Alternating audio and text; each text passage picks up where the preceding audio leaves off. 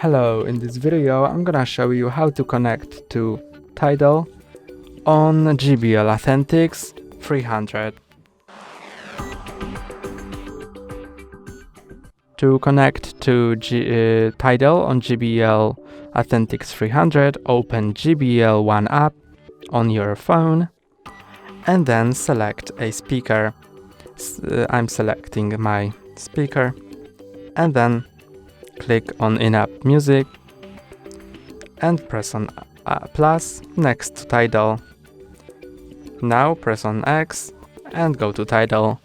Here you'll be able to log into Tidal to later play it on your speaker. That's all for today. Don't forget to like and subscribe.